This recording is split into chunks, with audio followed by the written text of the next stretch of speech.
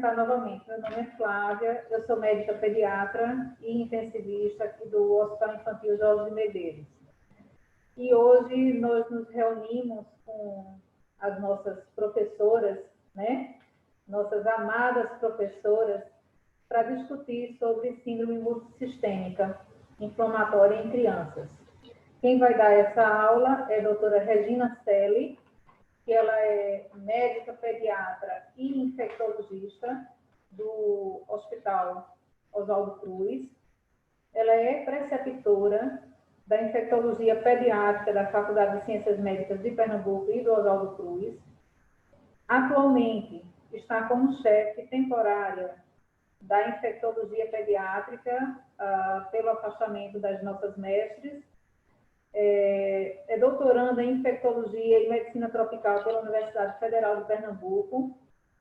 É professora da Universidade Católica de Pernambuco e preceptora do ambulatório de HIV do Oswaldo Cruz.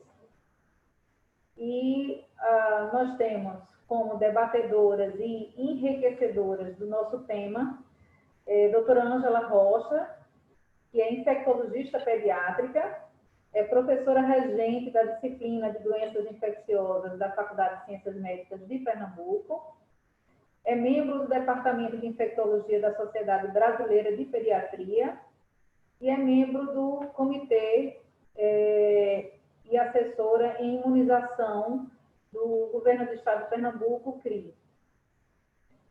Nós temos a doutora Ana Lídia Pimentel, que ainda não conseguiu entrar por dificuldades técnicas, que é infectologista pediátrica, é professora da Faculdade de Ciências Médicas de Pernambuco, é mestre e doutora em medicina tropical, membro do Departamento de Infectologia da Sociedade Brasileira de Pediatria, membro do Departamento de Infectologia da Sociedade Brasileira de Imunização e membro da Sociedade Latino-Americana de Infectologia. Os nossos colegas que entraram em contato conosco, nossos amigos, denominaram esse trio de tropa de elite. E realmente nós estamos assim com uma tropa de elite para esse encontro hoje. Eu acho que nós poderemos dar mais alguns minutos para ver se a doutora Ana Lídia consegue entrar, para que nós possamos começar a aula. Acredito que é uma presença importante que a gente pode aguardar que ela entre, que ela esteja aqui conosco, para assistir a aula do início, não é, Ângela? Com certeza. Eu acho que ela vai entrar, sim. É uma certa dificuldade técnica, mas ela vai entrar logo, se Deus quiser. Eu estou vendo aqui muita gente conhecida. Muita gente conhecida, muita gente de pediatria, que trabalha conosco, muita gente do interior, né, que a gente sabe que trabalha no interior. Algumas pessoas lá da região norte, outras do Piauí. Nós temos aqui... E, Flávia, eu estou vendo pessoas que passaram lá no Oswaldo Cruz, né? Tem algumas pessoas que passaram no Oswaldo Cruz como residente. Eu fico muito satisfeita e muito contente. Pessoas que até eu não tinha algum tempo que eu não via, a gente vê, por isso eu fico muito satisfeita. É um prazer enorme estar com todas, né? E desde já eu agradeço bem o convite do Jorge Medeiros, você, Flávia, para participar disso, viu? Muito contente em reunir as pessoas amigas, tem pediatras da minha faixa eu sou mais velha do que todo mundo, mas próximo, e pessoas jovens que foram os estudantes, residentes, é sempre um prazer, né? A gente, como professora, a gente fica muito satisfeita de poder continuar tendo esse contato com o pessoal e dividir conhecimentos. Na realidade, aqui é dividir conhecimento que a gente vai fazer. É verdade. Nós estamos aprendendo muitas coisas, né, Ângela, com esse evento, esse evento tão diferente, né, tão marcante na vida do mundo inteiro, né? É exatamente isso. O mundo inteiro está trocando conhecimento.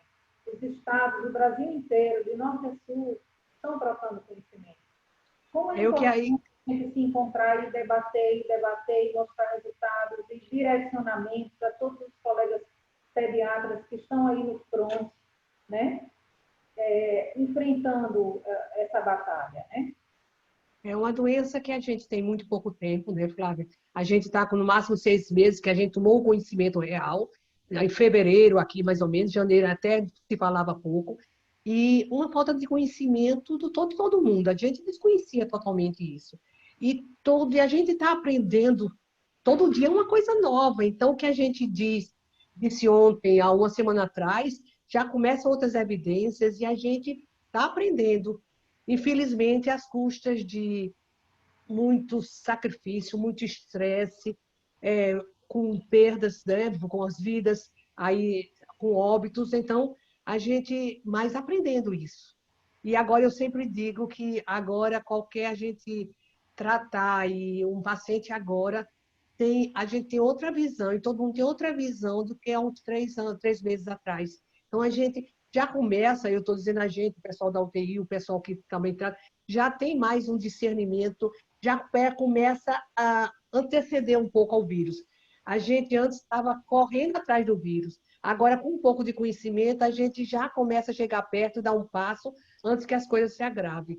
Então, eu acho que numa reuniões dessa, quando a gente fala de uma síndrome multissistêmica infecciosa, que é uma síndrome tão grave, a preocupação da gente, vocês vão ver Regina falar, é a gente começar a se anteceder, a gente prever algumas coisas que vão acontecer e iniciar algumas condutas, um tratamento, que com isso diminui a letalidade, né? Então, no Covid está sendo isso.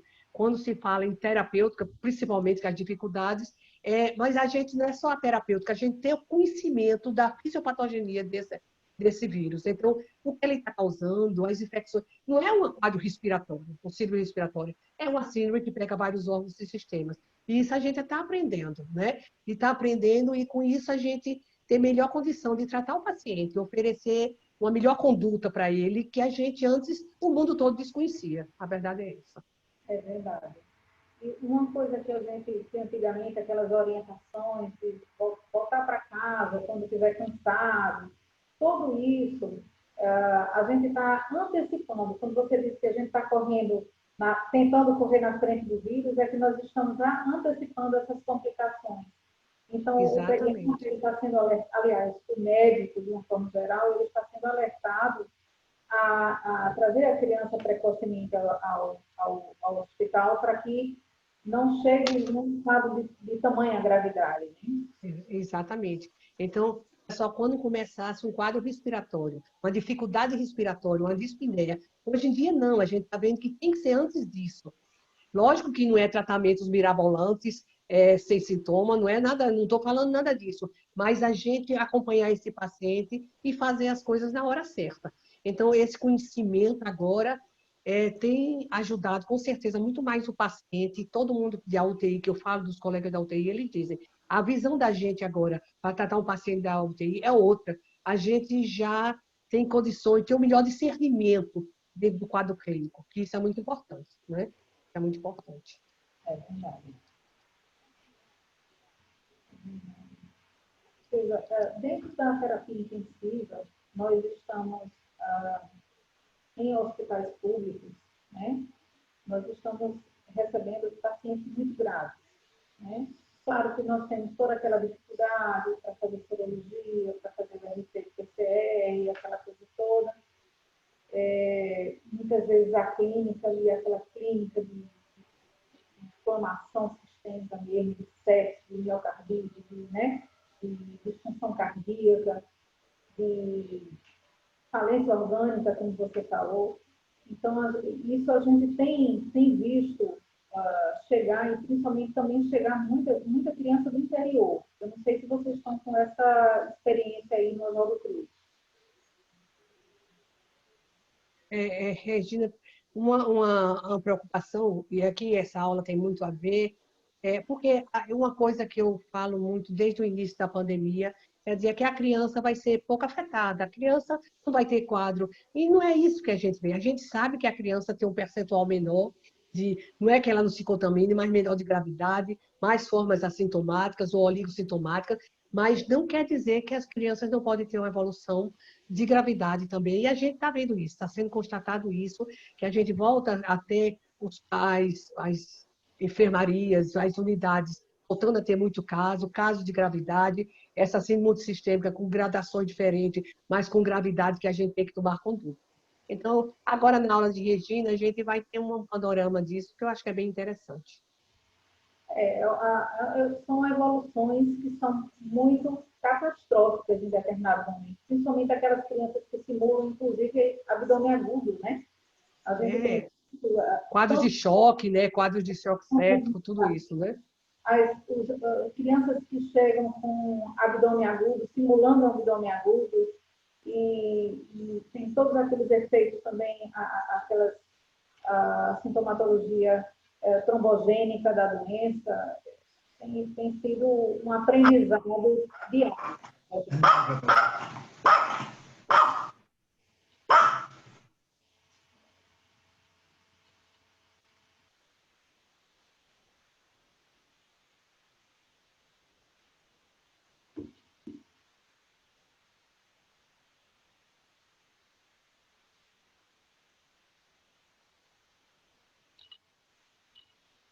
Mara entrou aqui de novo, como é que eu faço?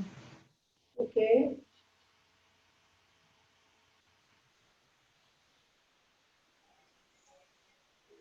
Ana Lídia está com dificuldade mesmo de entrar.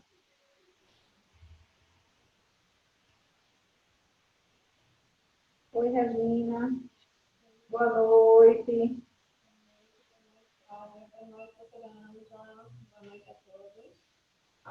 Aumenta um pouquinho o som do seu microfone.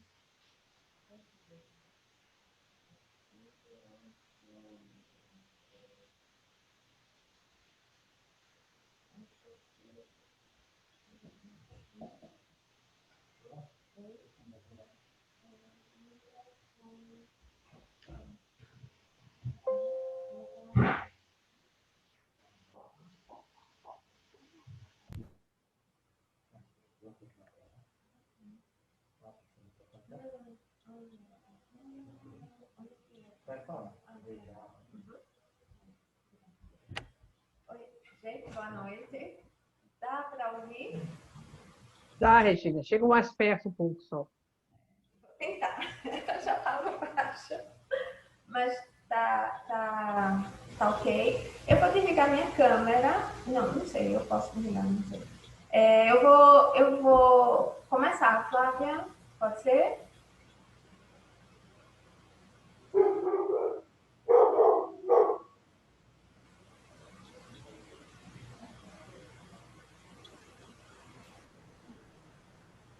Boa noite, vou apresentar a doutora Regina Selle, que é a nossa palestrante de hoje.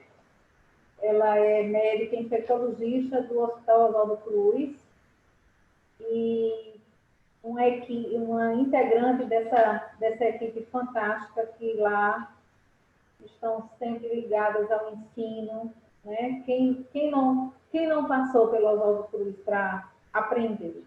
Então, estamos hoje aqui para dividir conhecimentos. Vamos tentar ver se ao longo da aula a doutora Ana Lília consegue entrar. Estamos aqui com o nosso técnico em informática para tentar ver se a doutora Ana Lília consegue entrar, mas aí nós vamos começando a aula.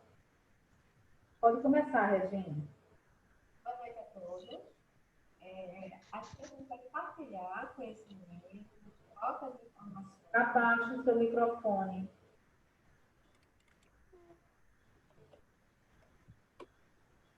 Melhorou?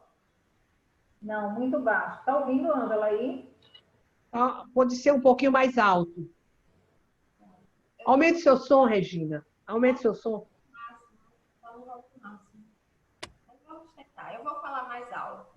Pronto, melhorou.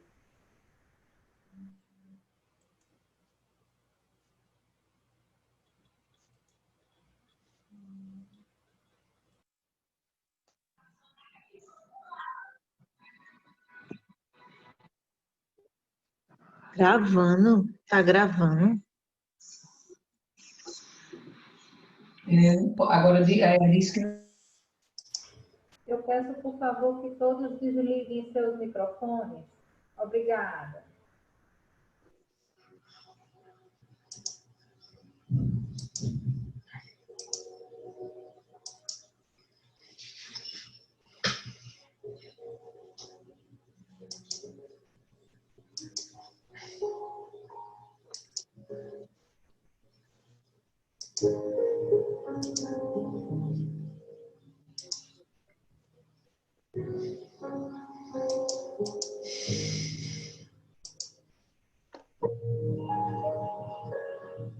Olha o microfone digitando.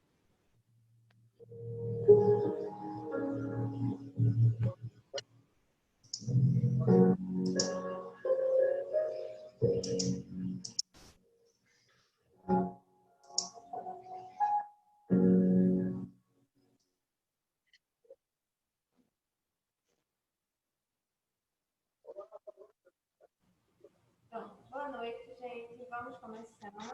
Eu espero que a doutora Ana Lídia consiga entrar na nossa aula, certo? No nosso web encontro. Bem, boa noite. Eu vou falar um pouco sobre a síndrome sistêmica e quando a gente pensar nessa situação, que é nova, como a doutora Ângela falou, é uma síndrome junto com um vírus que está assim, nessa pandemia e que a gente está tendo conhecimento paulatinamente, tá?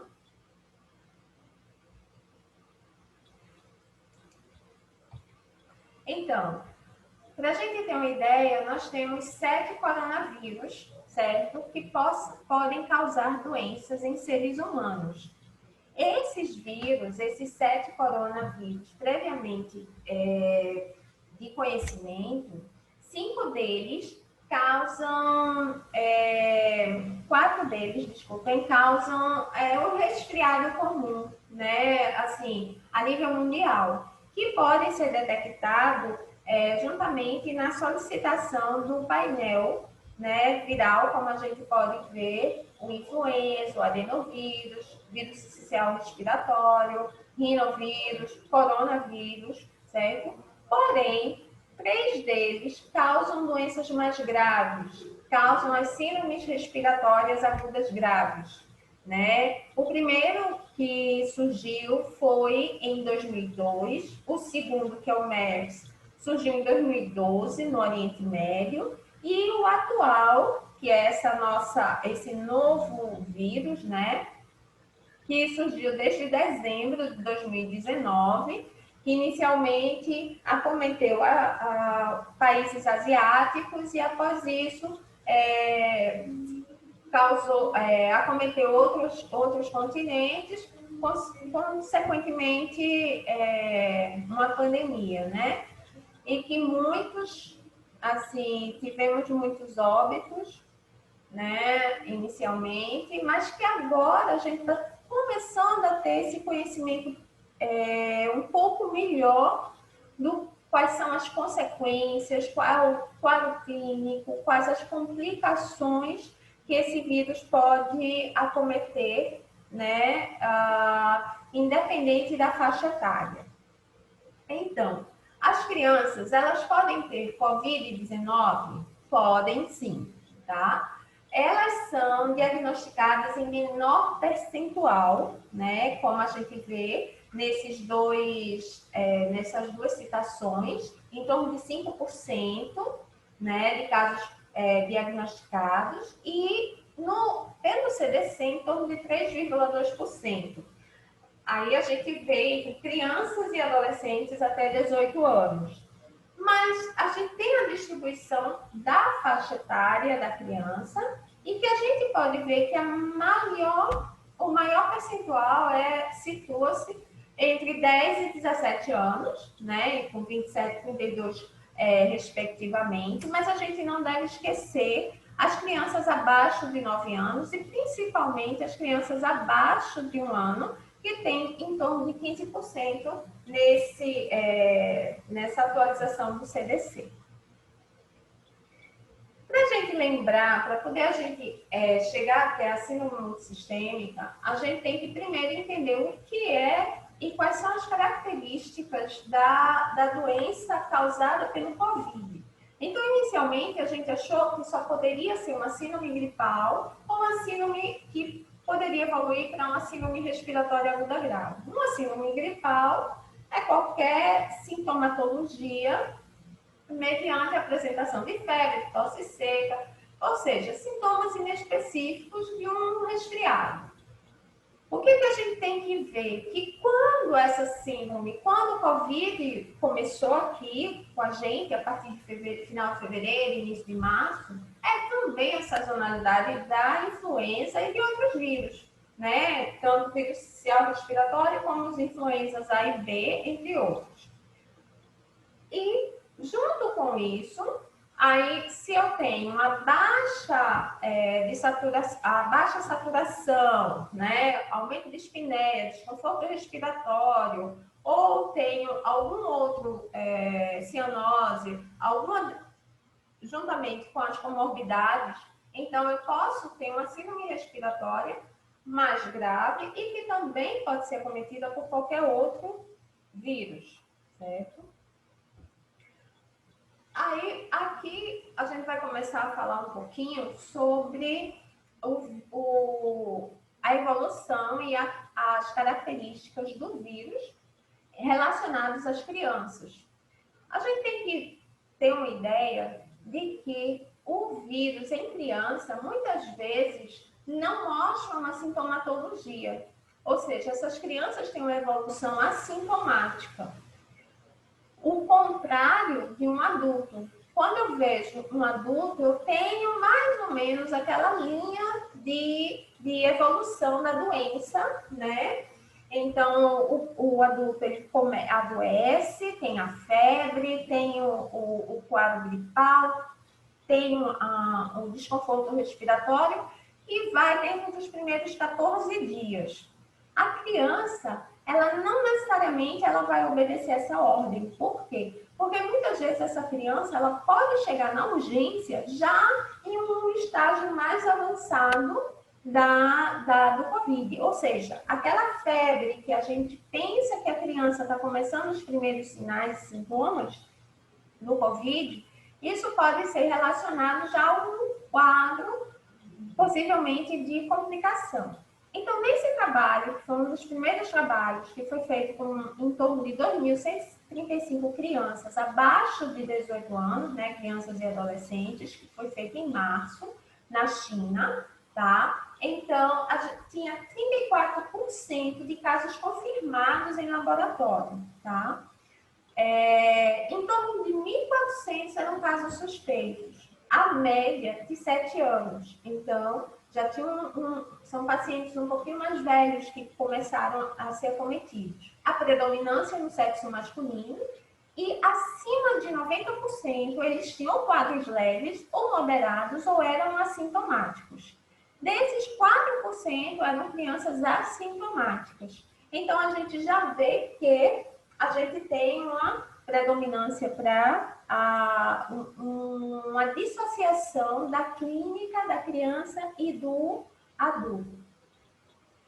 Nesse mesmo trabalho, tá, a gente vê que em crianças menores de 1 ano, a gente tem em torno de, para um quadro mais grave, um quadro crítico, certo? A gente pode chegar em torno de 2%.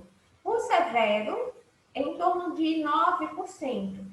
Mas se eu for ver as outras faixas etárias, de 6 a 10, de 11 a 15, então eu tenho um percentual também relativamente alto. Principalmente se a gente for ver essa faixa etária aqui, de 1 a 5 anos, onde eu tenho quase 50% de acometimentos leves e de 6 a 10 anos, 53%. Então, mais uma vez, a gente vê que na criança, até então, a gente só achava que as crianças tinham o quê? Quadros leves. Pouquíssimos evoluíam para um quadro mais grave. Nesse outro trabalho, que foi na Itália, certo? Em torno de 168 crianças, então a gente viu aqui, ó, menores de 1 ano, tá? Foi 66 crianças acometidas, aí 11 a 17 anos, em torno de 23, 24%. A predominância ainda se manteve no sexo masculino. E aqui a gente começa a ver os sintomas que mais são predominantes. Febre. Febre praticamente em todos os pacientes. Tosse, ao quadro de rinite. Lembrar que, como a gente está na sazonalidade, a gente tem crianças com asma, com rinite, com todas as ites possíveis e imaginárias, né? A criança que está encatarrada, a criança que está corizando. Então, isso tudo pode ser confundido com sintomas inespecíficos ou com outros quadros virais. A gente aqui começa a ver que também esse vírus, ele tem um quadro diarreico, ou seja, tem sintomas gastrointestinais. Então, isso já chama a atenção para a gente. Tá? Nesse outro trabalho, com 291 crianças de 0 a 18 anos, os sintomas predominantes, febre, tosse, desconforto respiratório discreto, e a febre só ou a tosse apenas, com predomínio, né, dessa sintomatologia em crianças. Agora, lembrando que nessa coorte, né, nesse trabalho, em torno de 11 mil adultos de 18 a 64 anos e apenas 291 crianças. Tá? Aqui a gente também observa náusea e vômito, dor abdominal e diarreia também presentes. Nesse outro trabalho, também na China, tá? As características da criança, eu ressalto aqui o tipo da clínica, né? Ele começou a mostrar as crianças assintomáticas, mostra aqui mais uma vez 27%, e com quadros respiratórios leves ou subclínicos ou casos que são mais graves, certo? Mas então a gente vê aqui, novamente, quadros assintomáticos ou leves do trato respiratório superior era a predominância. Então, nesse trabalho, né, que a gente viu, os pacientes, a grande maioria evoluiu a possibilidade de evolução para choque. Aqui a gente já começou a ver que tinham critérios de Kawasaki, né, em torno de 64%. Uma disfunção miocárdica que é variável de leve, moderada a grave. Insuficiência renal aguda, casos leves. Lembrar que nos adultos a gente vê um maior percentual dos casos de acometimento de insuficiência renal, né, levando inclusive a diálise. Aqui a gente pode fazer uma classificação, como essa que a gente viu no slide anterior, em que eu tenho a infecção assintomática. O que seria a infecção assintomática? São pacientes que não têm manifestações clínicas, nem têm alterações radiológicas e, se caso houver, alterações laboratoriais discretas. Na doença leve, nós temos sintomas leves, sintomas que podem ser inespecíficos, e eu posso também ter sinais de um quadro de pneumonia, porém discreto, e com alterações radiológicas discretas.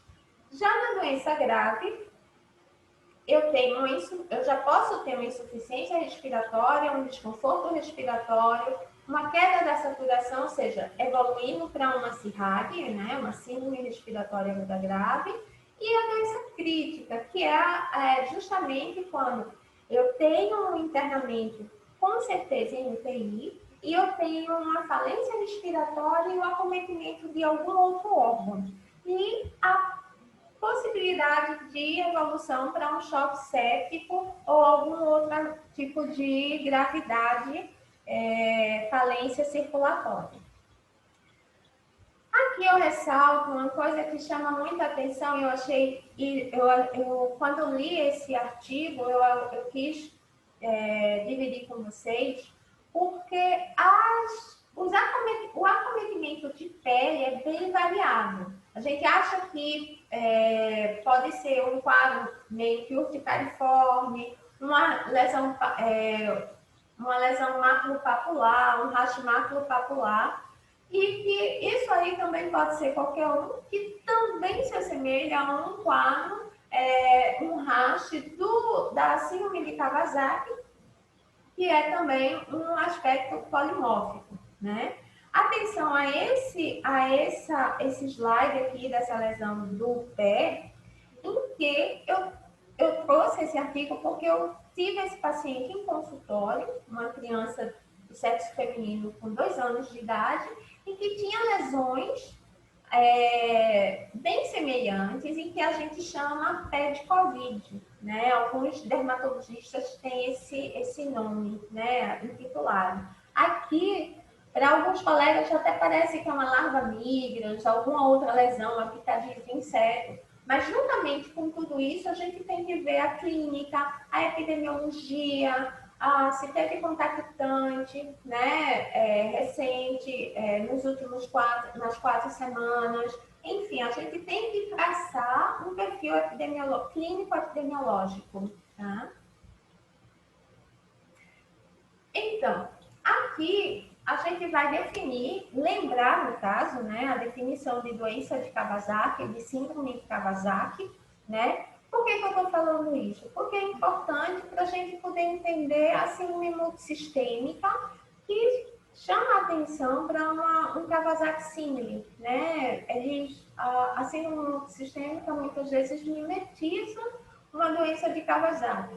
Então, na doença de Kawasaki, tem os achados clínicos. O principal seria a febre acima de 5 dias, maior ou igual a 5 dias, com a presença de uma hiperemia, né, conjuntival, aquela língua, aquele lábio bem vermelho, né, uma hiperemia ou então um edema de mãos e pés, uma descamação periungueal mais lá na frente, né, o exantema polimórfico, como eu já tinha falado anteriormente, e a linfadenopatia cervical, que a gente pode achar que é menos percentual.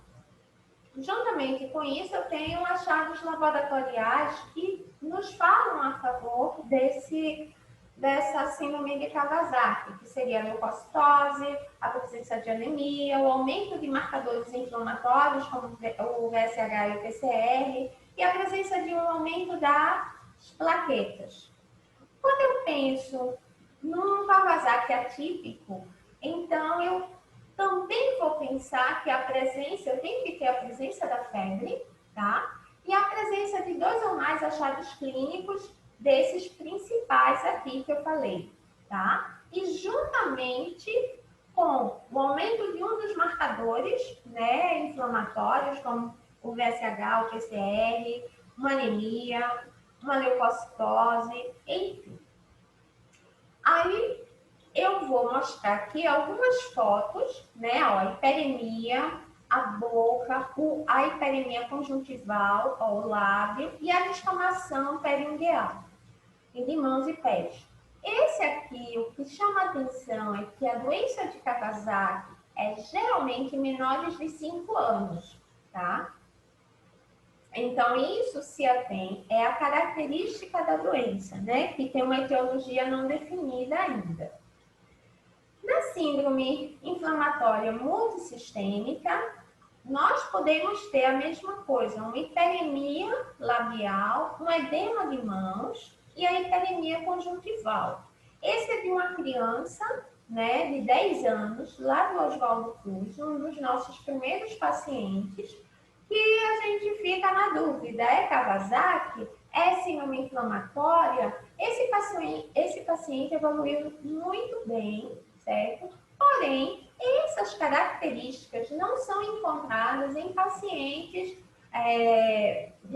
essa faixa etária, né, 10 anos, não é uma faixa etária comum da doença de Kawasaki. Então, esse paciente foi testado posteriormente e foi positivo para Covid-19. Aqui a gente já vai começar a falar um pouco do que é a síndrome inflamatória, né? A síndrome inflamatória multissistêmica, potencialmente associada ao COVID. A gente tem que ter uma ideia de que todos os trabalhos que a gente não vê um número muito alto de crianças, né? A criança sempre tem um menor número, mas foi começando a observar que essas crianças começaram, posteriormente ao quadro, não teriam mais um quadro de COVID agudo, mas sim, posteriormente, 14, 15 dias após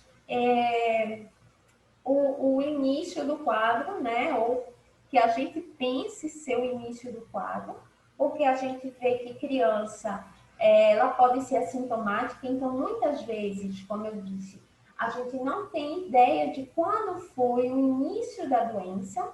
O que a gente pode talvez pensar é quando a gente vê a epidemiologia, né, de contactantes intradomiciliares dessas crianças. Então, os sintomas prevalentes, febre ou calafrios, a maioria evoluía com taquicardia, 80% tem alterações do sistema gastrointestinal, 60%, uma média, tinham exantema, hiperemia conjuntival estava presente em quase metade dos pacientes, mas esses pacientes também apresentavam hipotensão. Em relação aos marcadores, quais são os que chamam muita atenção? PCR, dedímero e papolina. Só que tem um pequeno detalhe. Nem todo serviço dispõe de todo esse arsenal laboratorial, né? Mas, pelo menos, um hemograma e um PCR, a gente tenta ter fora a epidemiologia e fora a avaliação clínica do paciente, que chame a atenção para que esse paciente tenha alguma possibilidade de evolução não satisfatória. Fora isso, se a gente tiver acesso a fazer um ecocardiograma precoce, seria interessante, porque esses pacientes cursam com miocardite, cursam com pericardite e podem também cursar com dilatação coronariana, certo? Em relação a esse mesmo trabalho, o que a gente observa, né? Em relação à febre, sempre uma duração acima de 5 dias, se a gente vê, basicamente, né, em pacientes com achados, que aqui variou conforme o achado clínico para a doença de Kawasaki. Quanto maior o número de achados, maior a prevalência da febre, né, acima de 5 dias. As características para a síndrome de Kawasaki, né, que é um Kawasaki síndrome, lembrar a faixa etária desses pacientes, né, sempre pacientes com idade um pouco maior do que o que a gente geralmente observa. O tratamento, a gente vê o uso da imunoglobulina, o tratamento ainda muito controverso, tá? Tanto no adulto como na criança. É um tratamento muito controverso, tanto para tratar o COVID agudo, quanto para tratar a síndrome inflamatória multissistêmica, e também a depender do que nós tenhamos, né, em mãos no serviço que a gente trabalha, né? Em relação aos exames laboratoriais, aqui já tem um alerta. Eu gostei muito desse trabalho porque ele também divide os achados laboratoriais conforme a faixa etária, tá? Para a gente ver. Uma coisa que aqui, só um adendo que a gente fala, que a hemoglobina aqui abaixo de 9, mas a gente também tem que ver a nossa população, né? Então, a população brasileira, a população do Nordeste, aqui nós temos uma característica, nós temos crianças com anemia já carencial, então ela já vai ter uma anemia de base. Então, a gente tem que avaliar isso associadamente, tá? Plaquetas abaixo de 150, abaixo de 100 mil.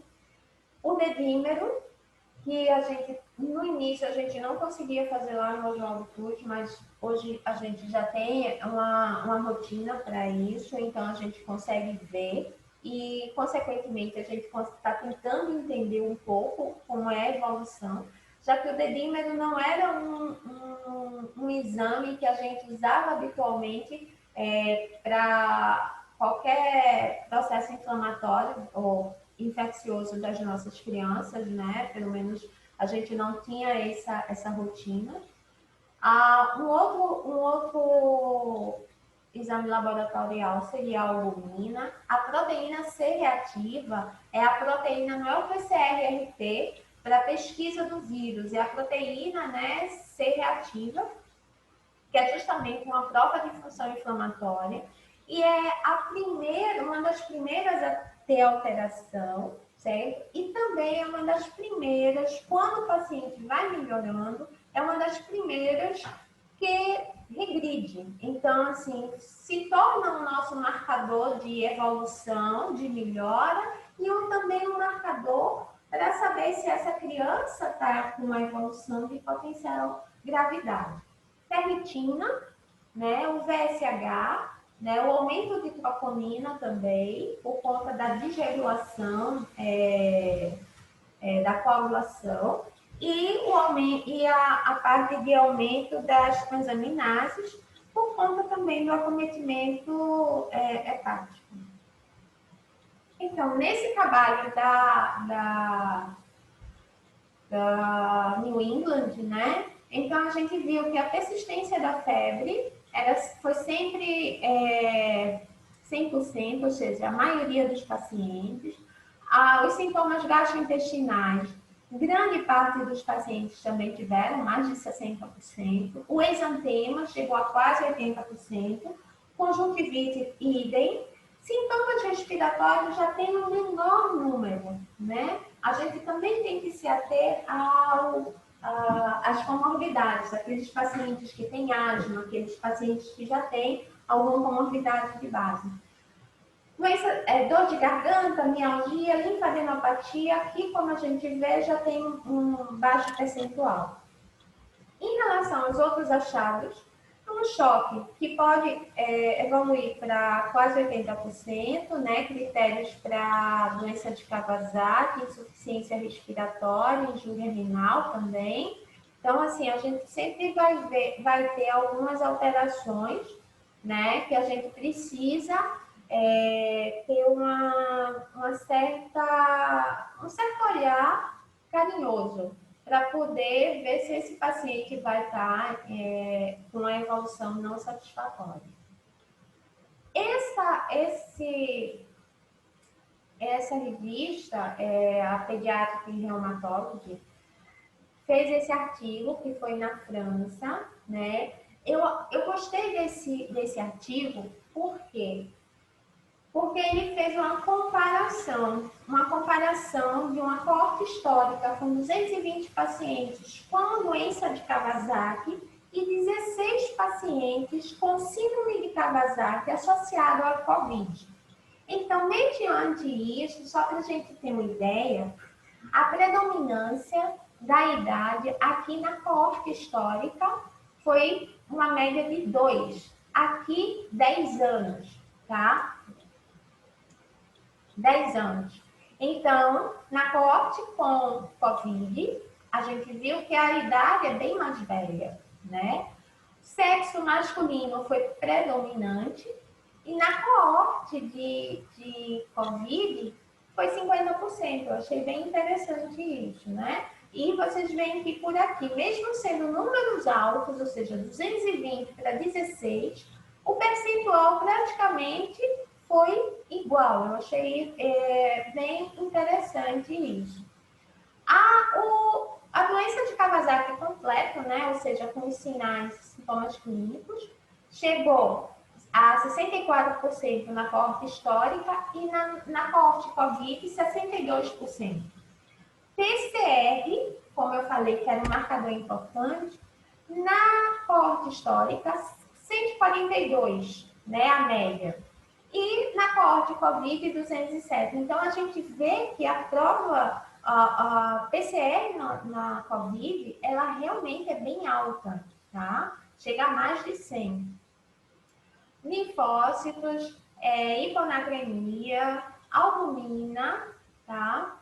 E as alterações do ecocardiograma, onde a gente pode ver miocardite. É mais frequente na COVID do que na corte histórica. Pericardite é mais frequente na corte COVID do que na corte histórica. Agora, a dilatação de coronária é praticamente igual, 19% para ambas. Então, eu tenho uma maior alteração cardíaca na coorte COVID do que na coorte histórica, onde, com certeza, a nossa principal alteração que a gente vê são as dilatações coronarianas. Em relação ao tratamento, né, a gente vê que a gente tem na coorte COVID um maior percentual de resistência, o que fala a favor da gente ou repetir a imunoglobulina, associar o corticoide ou fazer algum outro antiviral.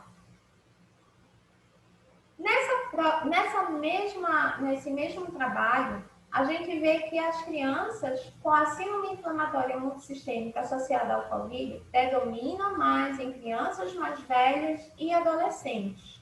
E aqui nessa figurinha que eu achei bem interessante e bem didática, febre acima de 4 dias, 100%, né? Sinais neurológicos, conjuntivite, 94%, lábios secos, sinais respiratórios, 12%, como eu vi em outros trabalhos, né? A gente tem um percentual menor. Alterações do trato gastrointestinal, 80%. E aqui as alterações predominantes cardíacas, né? Dilatação de coronária, pericardite e miocardite, com formas severas dentro dessa miocardite. Então, a gente precisa se ater mais nessas possibilidades, ou seja, crianças mais velhas que apresentem determinadas alterações compatíveis com uma COVID, então pensar em inflamatória sistêmica.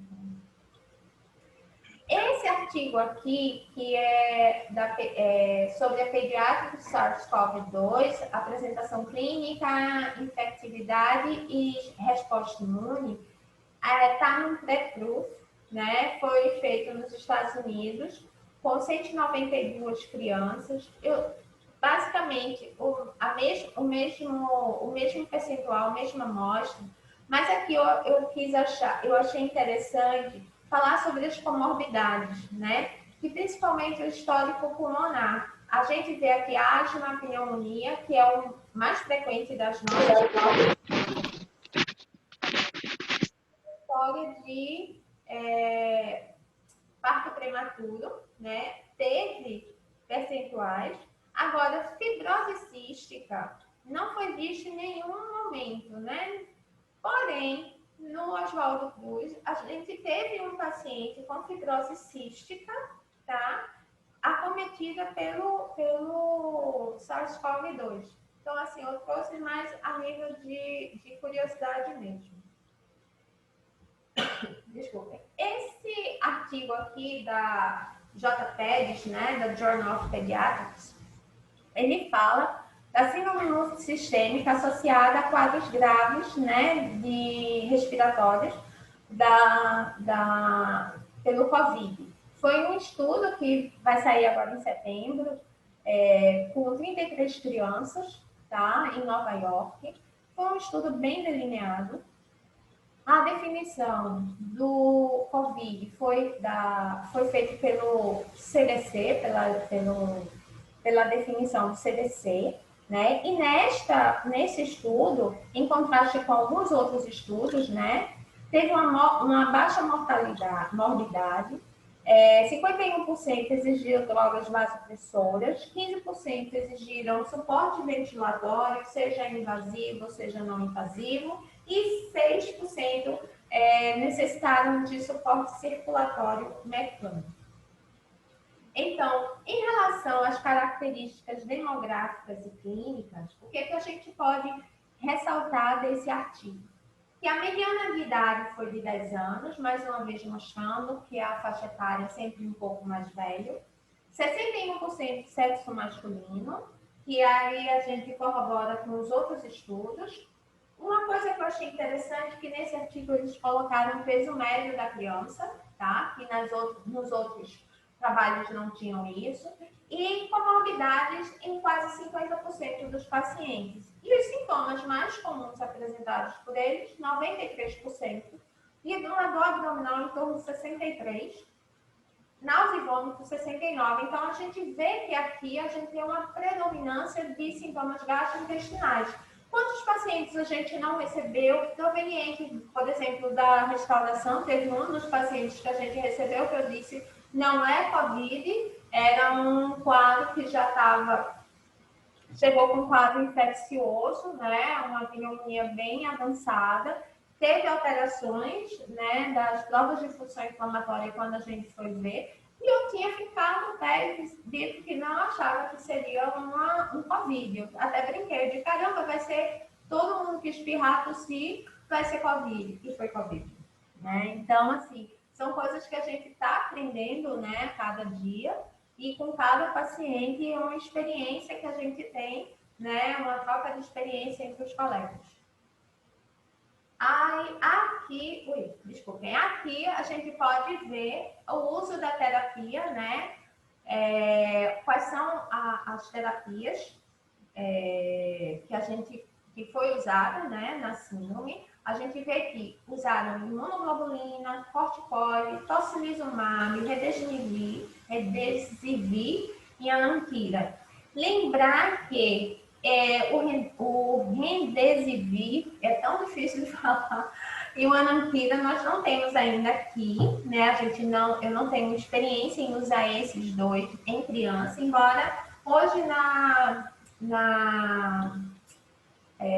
fala, né, de Dr. Demetrios e de André Longo, né, o Oswaldo Cruz está sendo um dos locais, né, de um estudo multicêntrico com o Remdesivir.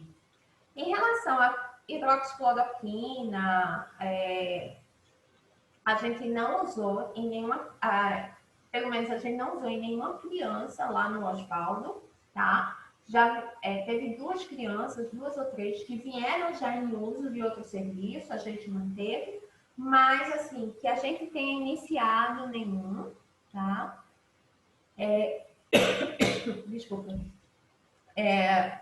Drogas vasopressoras, alguns realmente necessitam, certo?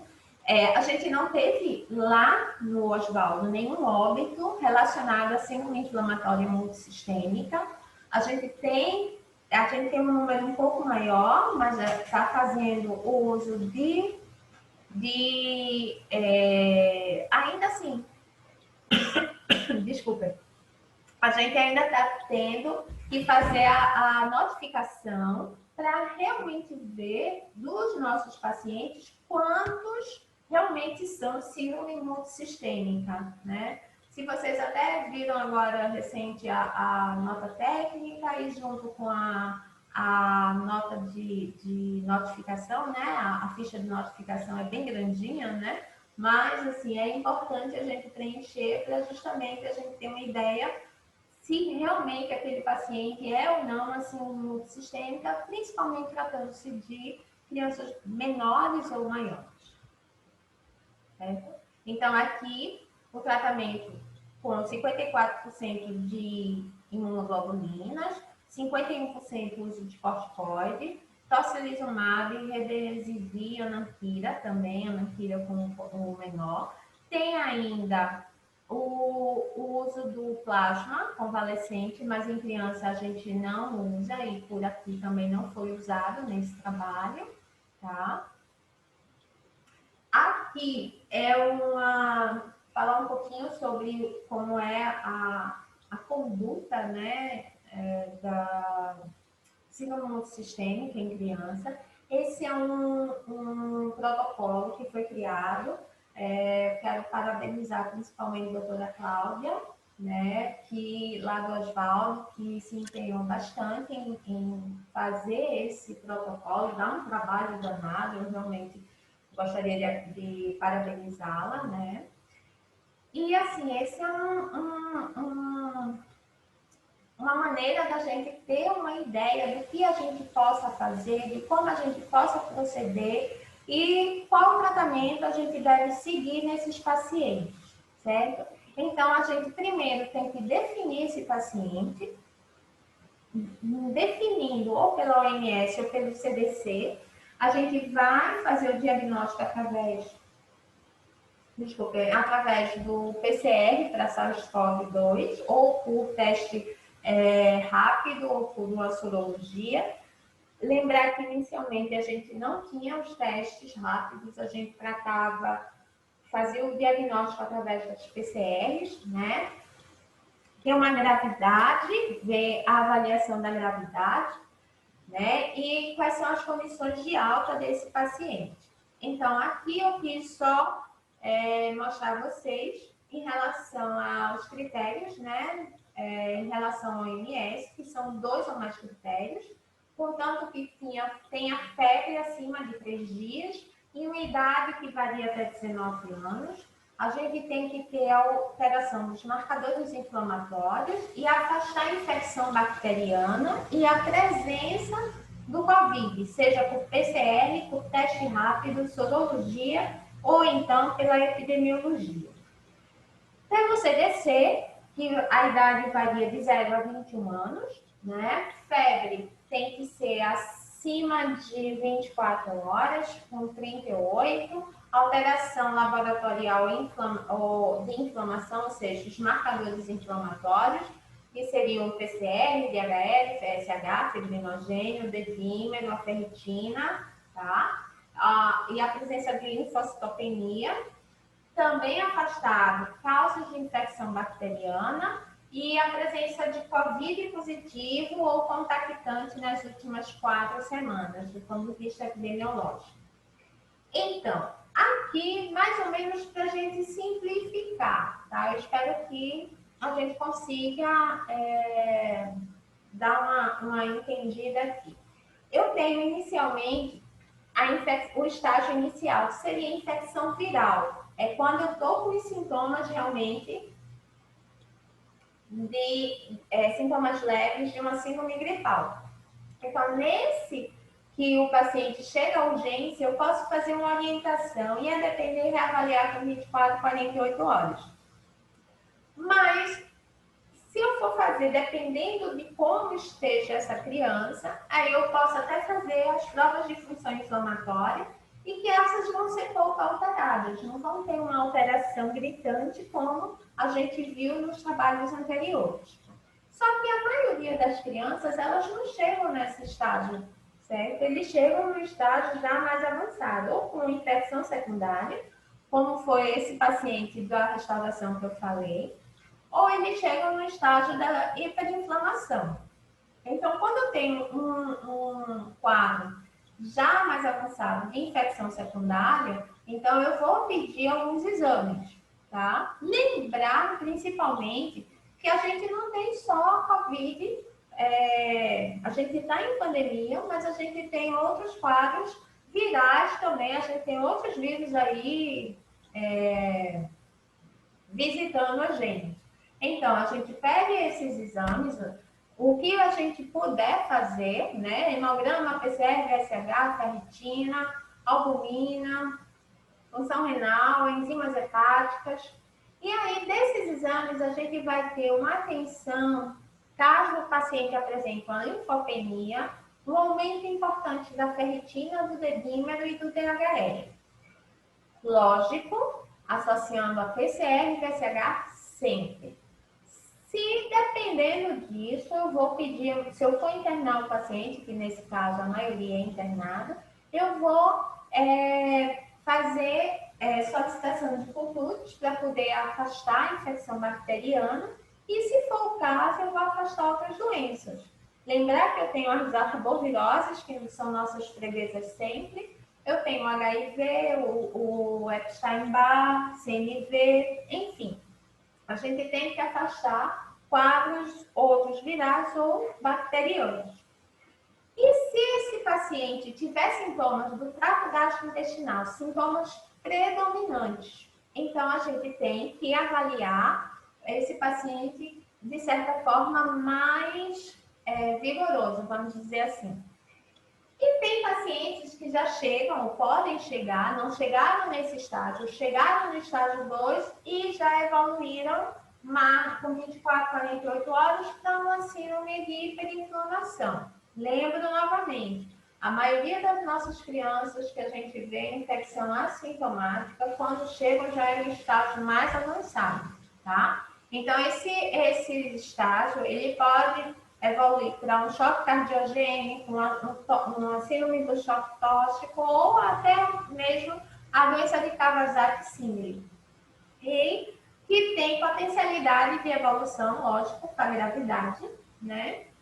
Aí eu vou me deter mais no aumento de dedímero, VSH, leucócitos e uma diminuição de linfócitos e plaquetas. Então, esse aqui é mais para a gente ter uma ideia do que a gente possa ver de alterações que possam preocupar a gente. Lógico, repetindo, se a gente não tem acesso a todos esses exames, mas que a gente possa necessitar, a PCR, que é a proteína C reativa, é um dos nossos, e o hemograma é um dos nossos aliados para esse início de diagnóstico. Então, os critérios de alta desse paciente, quando ele não tiver, por exemplo, 3 dias seguidos de baixa, de melhora dessa inflamação, sem necessidade de oxigênio, sem necessidade de drogas vasoativas, sem febre, eletronormal, ou seja, ele tem uma evolução para melhor, tá? E o segmento é uma reavaliação após 72 horas, após uma semana, vai depender da evolução desse paciente.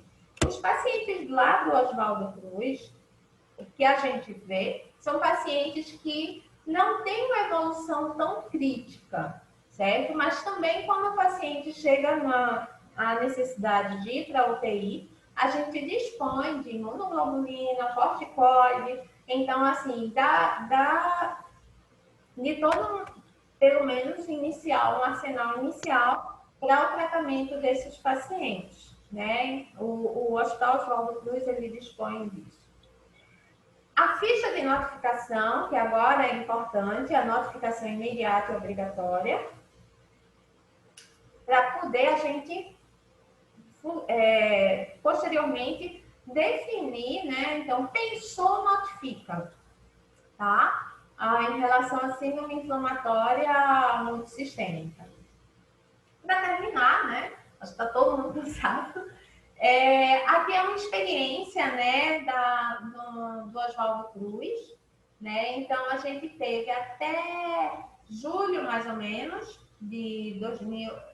até agosto de 2020, um total de 223 crianças internadas, das quais 85 positivas, seja por teste rápido, seja por RT-PCR.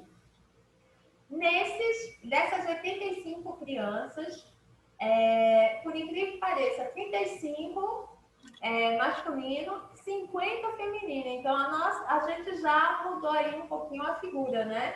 Sim, mais o percentual mais prevalente feminino, né? As mulheres ganhando aí.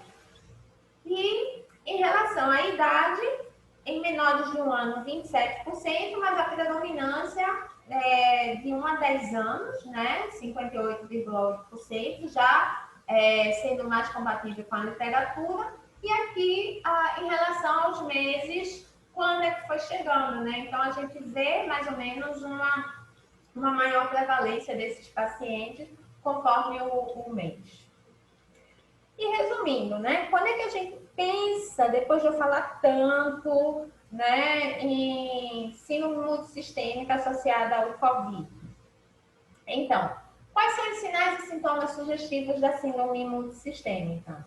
Então, eu tenho inflamação sistêmica, eu tenho alterações mucocutâneas, eu tenho alterações cardiopulmonares, gastrointestinais e quadros neurológicos. Então, sempre pensar em febre, tá certo? Um paciente que evolui para uma hipotensão, se eu tenho um raste polimórfico, pode ser de qualquer apresentação, uma língua inframoesa, um edema, conjuntivite. Então, a gente tem essa alteração, certo?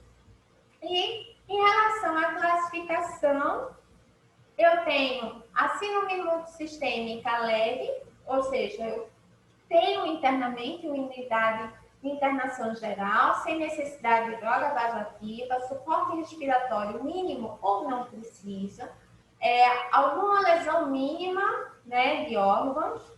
A síndrome moderada, eu já posso internar em UTI, eu preciso de uma ou nenhuma droga vasoativa, eu necessito de suporte de oxigênio, lesão de órgão leve ou um apenas, e na síndrome grave, o internamento em UTI, lógico, com o uso de mais de uma droga vasoativa, suporte ventilatório invasivo ou não, e uma lesão moderada ou grave com disfunção ventricular, né? Uma disfunção cardíaca também de moderada a grave. Em relação às considerações, né? Só para a gente finalizar, não tem ainda um medicamento específico, né? Ainda há controvérsia nesse sentido. Vacina ainda não temos, embora temos a construção de algumas vacinas aí, no mínimo 4. A necessidade de afastar sempre lesões bacterianas secundárias ou outras infecções virais.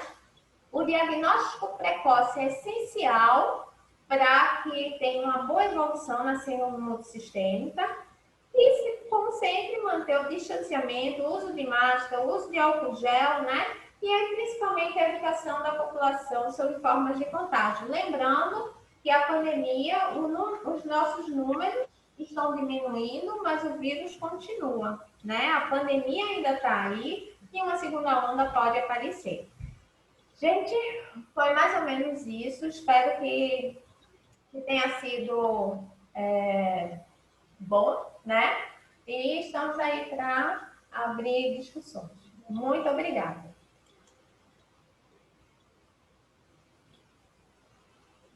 Boa noite a todos. Doutora Ana Lídia conseguiu entrar na live. Bem-vinda, Ana Lídia. Que bom que você está aqui com a gente, que bom. Doutora Ângela também está aqui. Sim. Pronto, então a gente pode começar a abrir para perguntas. Ana Lídia?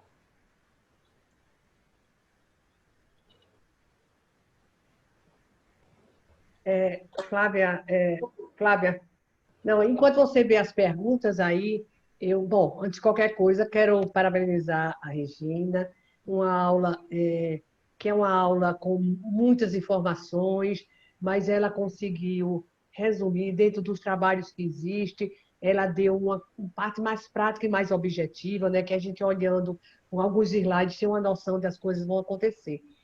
E hoje em dia, para essa síndrome, a inflamatória multissistêmica, até a própria Sociedade Brasileira de Pediatria está muito preocupada com isso, botou nota fazendo alguns trabalhos, botando nota de alerta e alguns escrevendo algumas coisas, porque para chamar a atenção a observação do paciente e não deixar, quando o paciente tem alguma coisa, como Regina bem falou, que são aquelas fases mais leve, mais moderada e grave. A síndrome, você tem também gradações.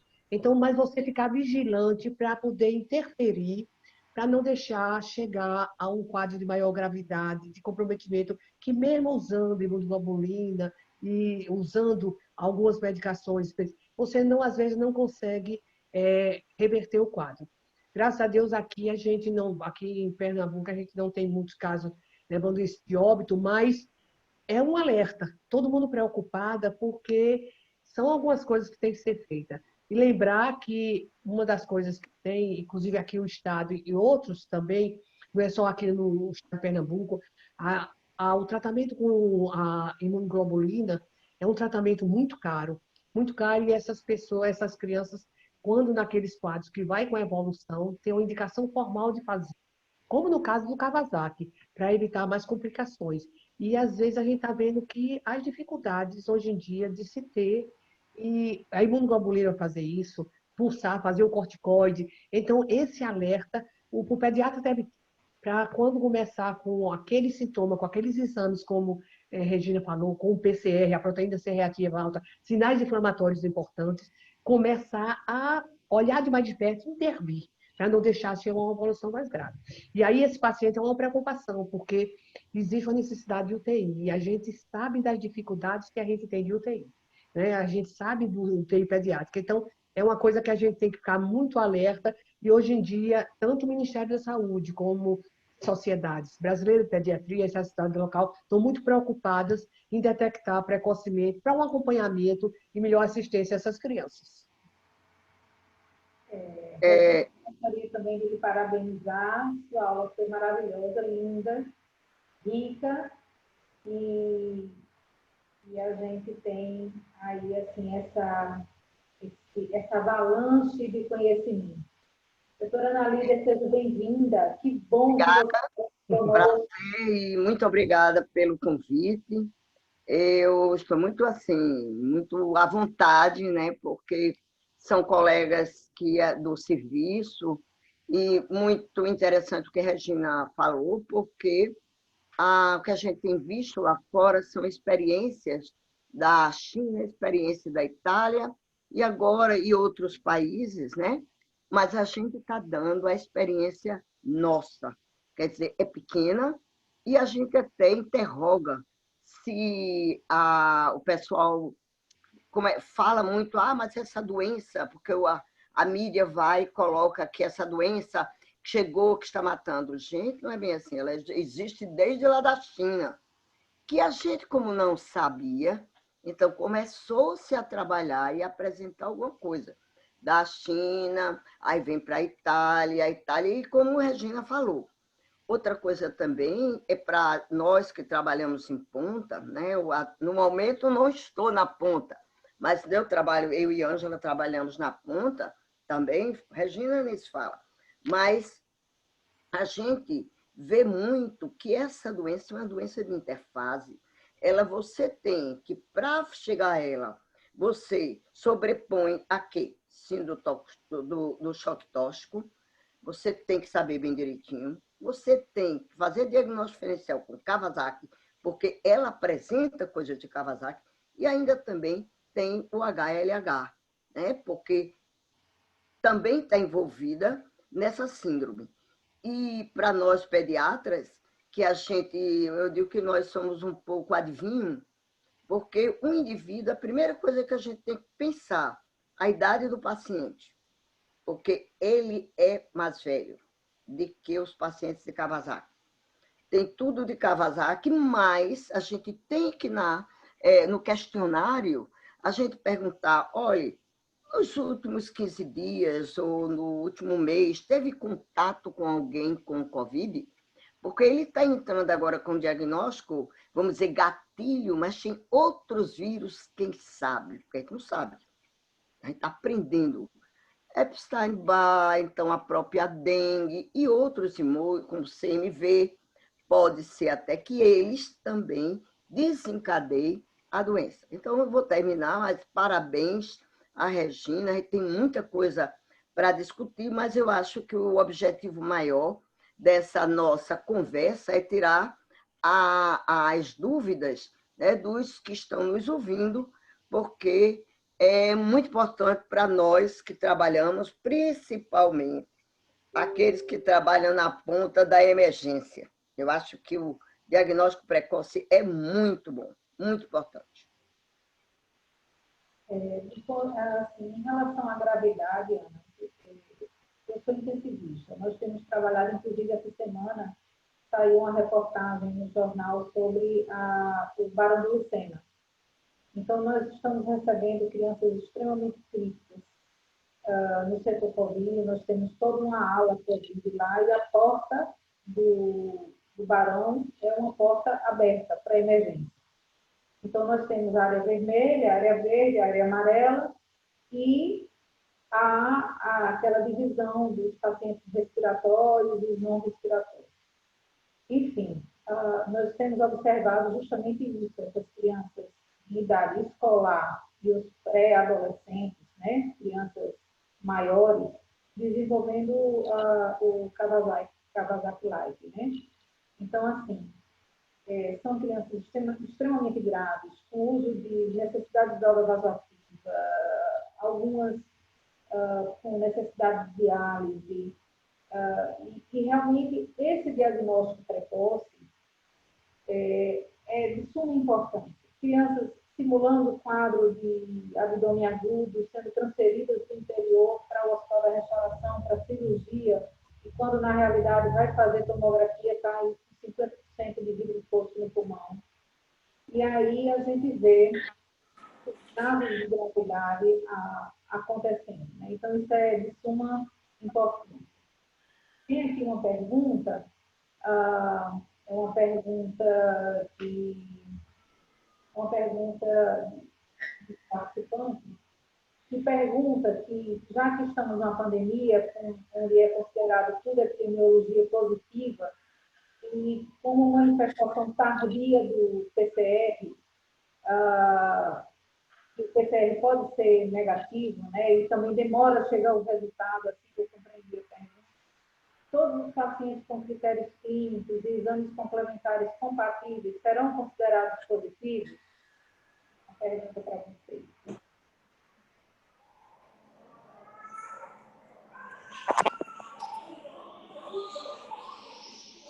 Está ouvindo não, Regina?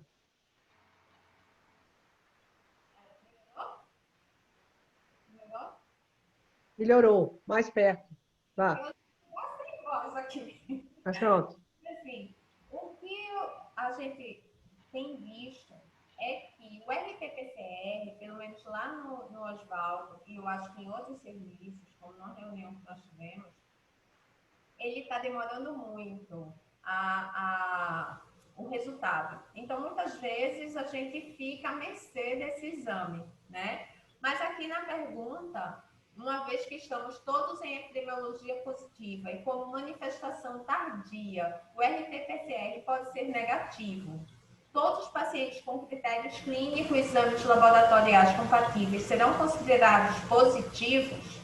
O RT-PCR ele pode ser positivo até um determinado momento.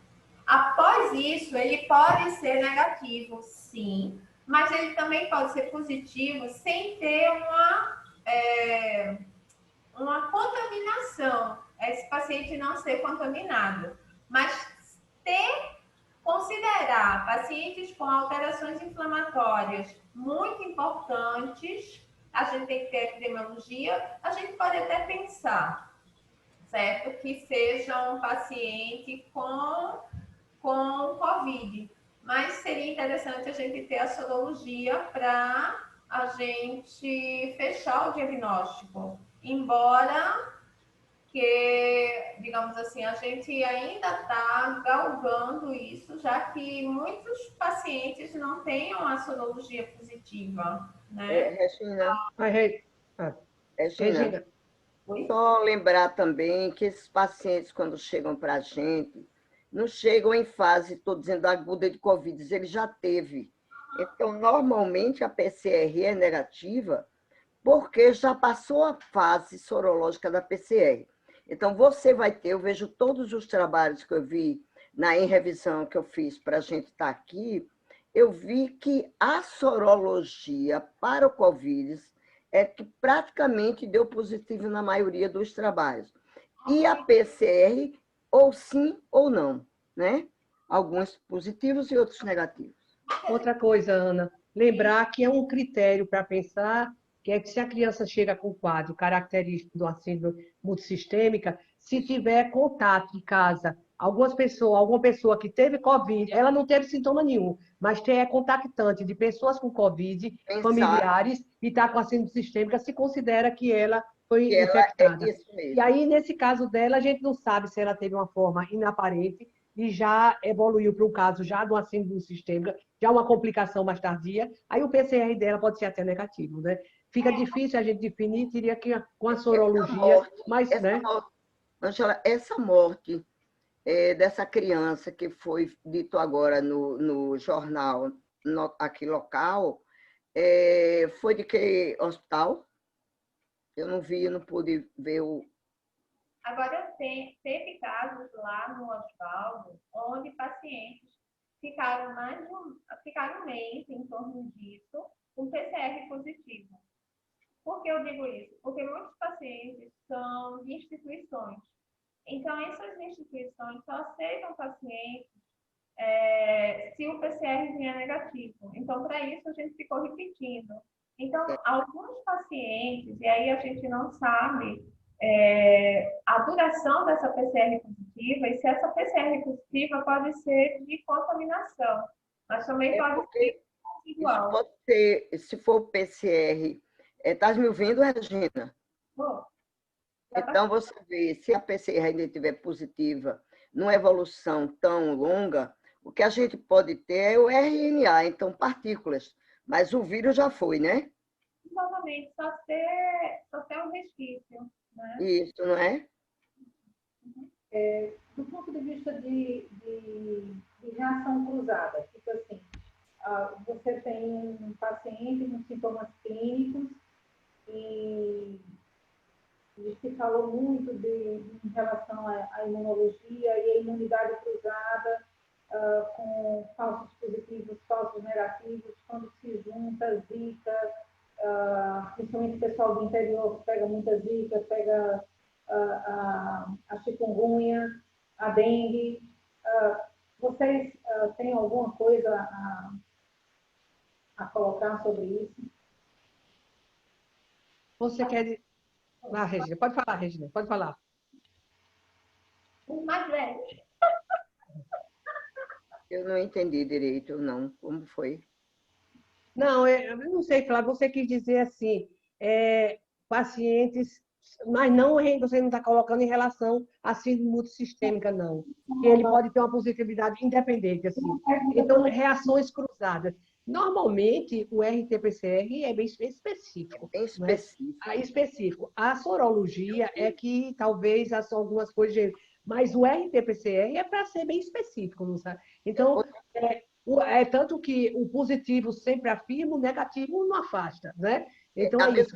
Mas é uma coisa bem específica. É diferente de sorologia, que a gente às vezes raciocina, será que é uma reação cruzada, um IgM cruzado com alguma coisa, mas não sei se é isso que você queria saber. No celular, Angela, foi em relação a isso, em relação à sorologia, porque as sorologias estão dando muito negativo, às vezes tem um IgA, às vezes tem um IgM, mas aí não é específico.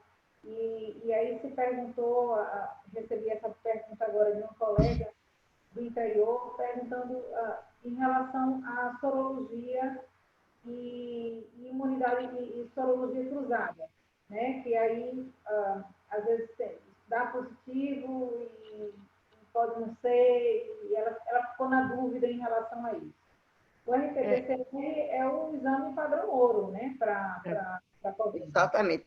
Dependendo da época, porque na fase aguda mesmo, se você pega a fase aguda, até mais ou menos 7, 10 dias, a PCR é o núcleo, é o vírus, né? Que a gente chama fase aguda. Depois aí ele vai caindo, você pode ter ainda ele presente por mais tempo, mas não é mais o vírus, é fragmentos do vírus, porque a sorologia aí vai ser o padrão ouro, porque você vai ter um IgG alto, né? E uma IgM que não vai existir, porque não é fase mais aguda. Em relação à sorologia, é muito assim, eu acho complicada ainda. Muitas vezes a gente não consegue definir, claro. Eu estava falando com Vera Magalhães, e elas às vezes caracterizaram um paciente que eu tinha que fez sintomas muito leves e foi uma IgM positiva, e depois a gente pesquisou IgG, e IgG não apareceu, e a IgM desapareceu.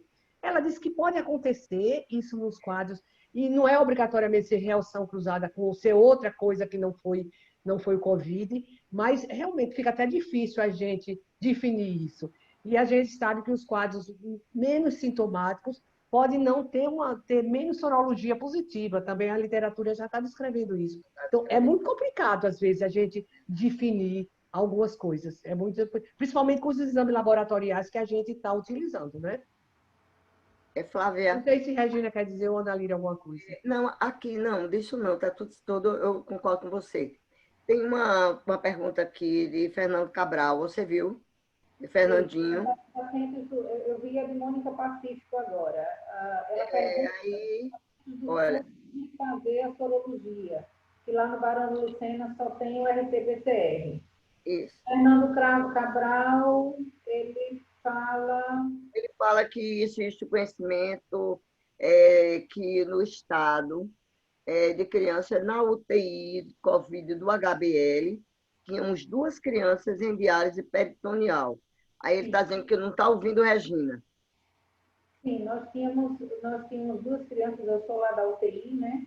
Nós tínhamos 2 crianças fazendo diálise, uma delas era uma criança crônica, um paciente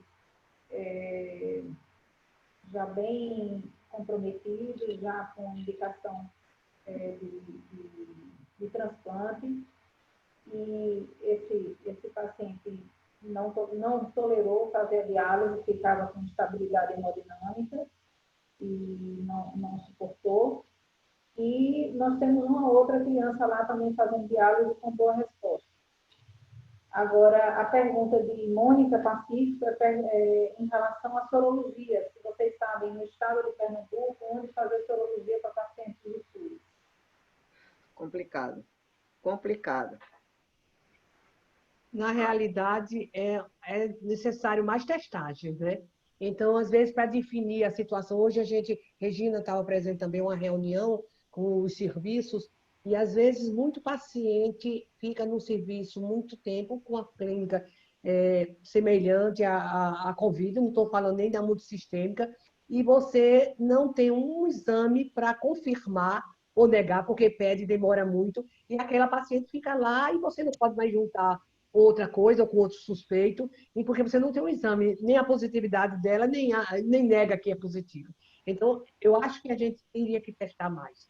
Fazer mais o RT-PCR, a gente também partir para sorologias. Regina sabe bem isso, a dificuldade, né, Regina? Lá no próprio serviço, como demora um exame para definir o paciente, chega suspeito e você não consegue fazer o exame para definir se é... Porque tudo hoje parece muito com Covid, você não tem um exame para definir que não é Covid e transferir para outro canto. Aí aquele paciente fica naquela unidade de referência de Covid, porque a gente tem dificuldade do exame.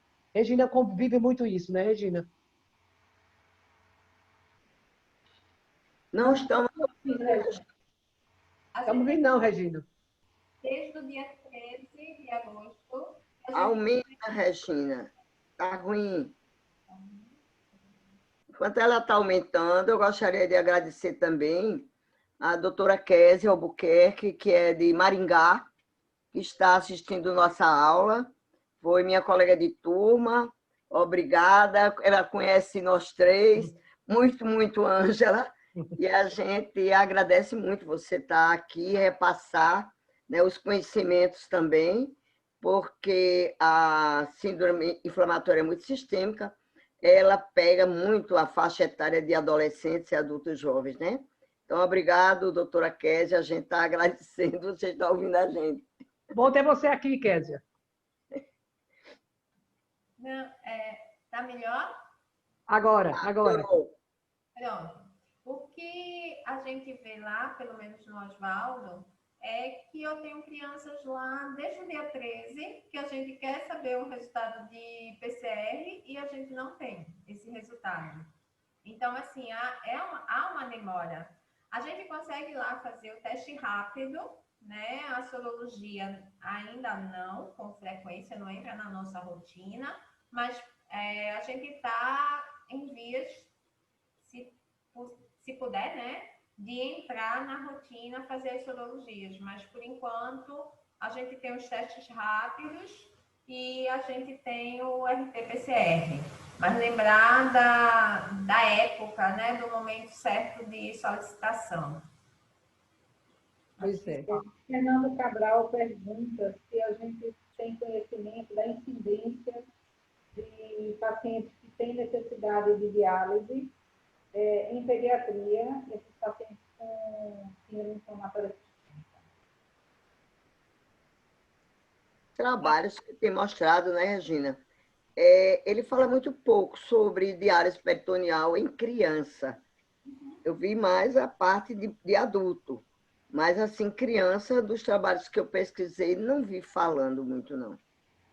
Em relação à incidência de sim aqui no estado, foi dito pelo secretário de Saúde que temos 9 notificados, mas tem algumas outras que já estão sendo complementando, está em investigação e vão complementar essa estatística. Mas, assim, fechado mesmo, eu ainda não tenho essa estatística, porque a gente ainda está fechando, junto com a SES. Né? Pelo menos lá... Vai ter muito trabalho, né, ainda, de publicação, né, Regina? Também, mas é porque, como tem a notificação, então tem que ter algumas nuances, assim, alguns dados, então ainda não fechou. Aí isso é um fechamento junto com a epidemiologia, com o pessoal da epidemiologia e os clínicos, inclusive hoje na reunião com Cristina Mota.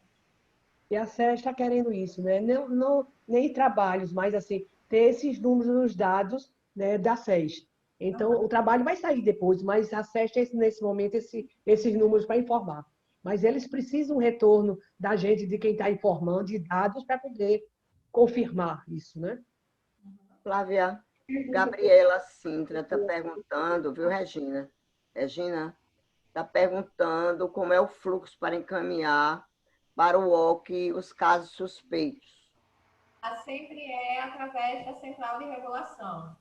Aí, todo paciente com suspeita ou com caso confirmado de Covid-19 é através da central de regulação e, a depender dos critérios, a gente vai aceitar ou não.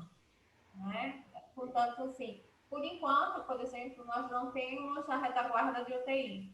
A gente está sem UTI para Covid, né?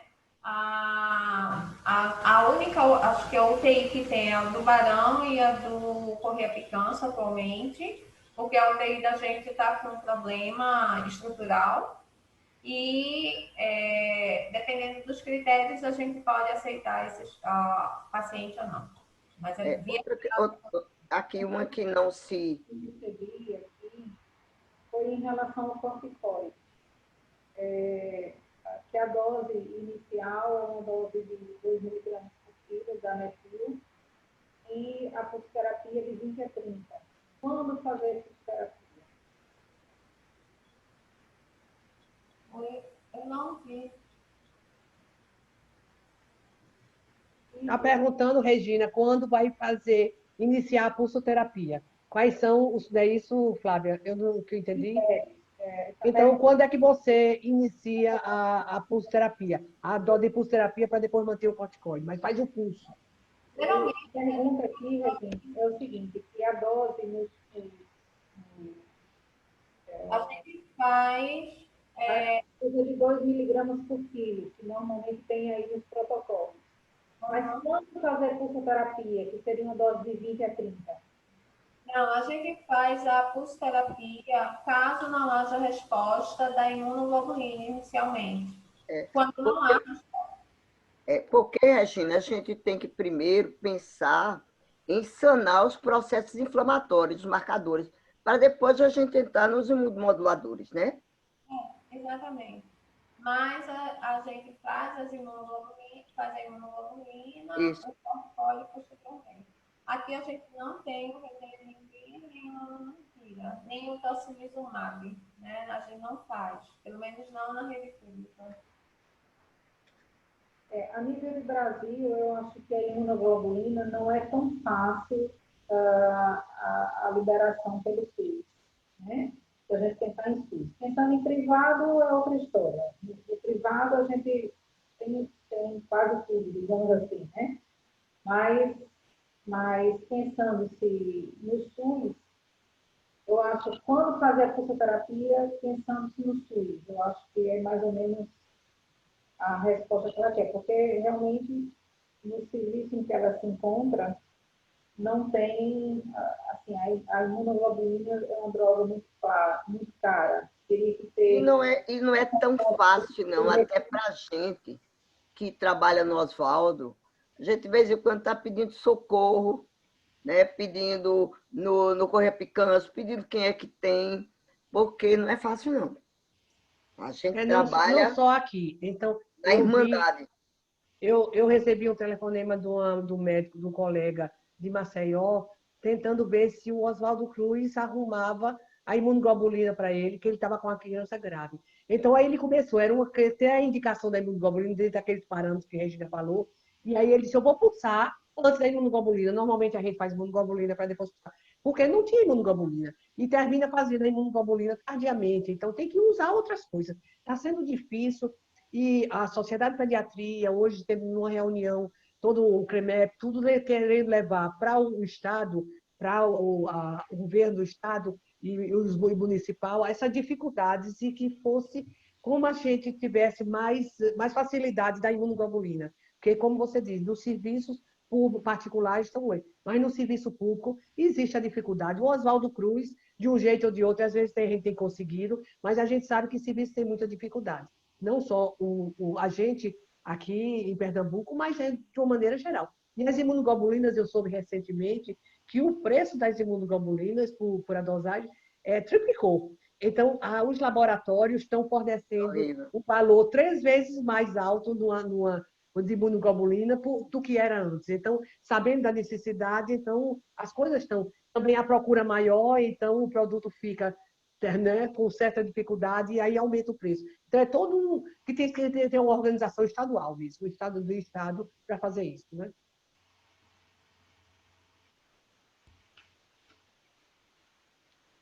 Agora, as aulas, aqui eu estou vendo no chat, ficou alguma coisa, eu acho que muita coisa a gente vai ter que responder pelo e-mail, né, Flávia?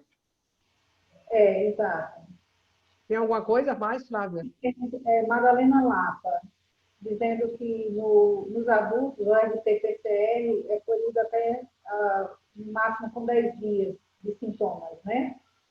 E a criança deve ser seguido esse mesmo critério, sim, né? Deve ser, com certeza, Madalena, deve ser seguido esse mesmo critério. Fernando Agora, Cabral, lembrar, viu, Flávia? Lembrar quando chega na síndrome multissistêmica, quando chegar com a síndrome multissistêmica, a gente, às vezes, se ela evoluiu de uma forma inaparente ou assintomática, a gente não sabe exatamente se ela está dentro dos 10 dias. Aí, por isso que termina colhendo, e às vezes é negativo. Às vezes é negativo, porque a gente não sabe exatamente quando foi o contato dela com o vírus. Tem esse problema, não é? seja, nós tivemos pacientes crônicos, né, traqueostomizados em ventilação mecânica, imunossuprimidos, e esses pacientes, às vezes, eles chegam com uma história de que está caindo saturação, e começou naquele dia. Aí você pensa que é naquele dia, vai para a tomografia, tem 50% de vidro fosco no pulmão. Então, com certeza, não foi Não é tão recente assim, né? né? Então, isso Exatamente. tudo a gente tem que estar atento para isso.